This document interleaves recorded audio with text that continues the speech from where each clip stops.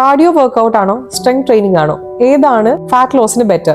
നമ്മൾ മനസ്സിലാക്കേണ്ടത് രണ്ട് വർക്ക്ഔട്ട് പാറ്റേണിന്റെ ഗോൾസ് ഡിഫറെന്റ് ആണ്. നമ്മൾ കാർഡിയോ ചെയ്യുന്നത് പൊതുവെ കാർഡിയോ വസ്കുലർ ഫംഗ്ഷൻ ഇംപ്രൂവ് ചെയ്യാനാണ്. അതായത് നമ്മുടെ ഹാർട്ടിന്റെ ഫംഗ്ഷൻ, പമ്പിങ്, അതൊക്കെ ഇംപ്രൂവ് ചെയ്യാനാണ് കൂടുതലും കാർഡിയോ ബെറ്റർ. പിന്നെ നമ്മൾ കാർഡിയോ ചെയ്യുന്ന സമയത്ത് നമ്മുടെ ഹാർട്ട് റേറ്റ് പല സോൺസിലായിട്ട് കൂടും. അപ്പൊ ആ സമയത്ത് നന്നായിട്ട് കാലറി ബേണിംഗ് നടക്കും.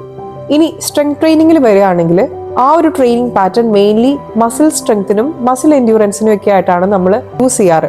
നമ്മൾ യൂഷ്വലി സ്ട്രെങ്ത് ട്രെയിനിങ് വെയിറ്റ് എടുത്തിട്ട് അല്ലെങ്കിൽ റെസിസ്റ്റൻസ് എടുത്തിട്ടുള്ള വർക്ക്ഔട്ട്സ് ഒക്കെ ചെയ്യുമ്പോൾ മസിൽ സോർനെസ് യൂഷ്വലി വരാറുണ്ട്. അവിടെ എന്താ സംഭവിക്കുന്നതെന്ന് വെച്ചാൽ നമ്മുടെ മസിൽ ഫൈബർ ബ്രേക്ക് ആവുകയാണ്. പിന്നെ നമ്മൾ റെസ്റ്റ് എടുക്കുന്ന സമയത്ത് ആ ബ്രേക്ക് ഡൗൺ ആയ മസിൽ ഫൈബറിനെ ഓട്ടോമാറ്റിക്കലി നമ്മുടെ ബോഡി റിപ്പയർ ചെയ്തെടുക്കും.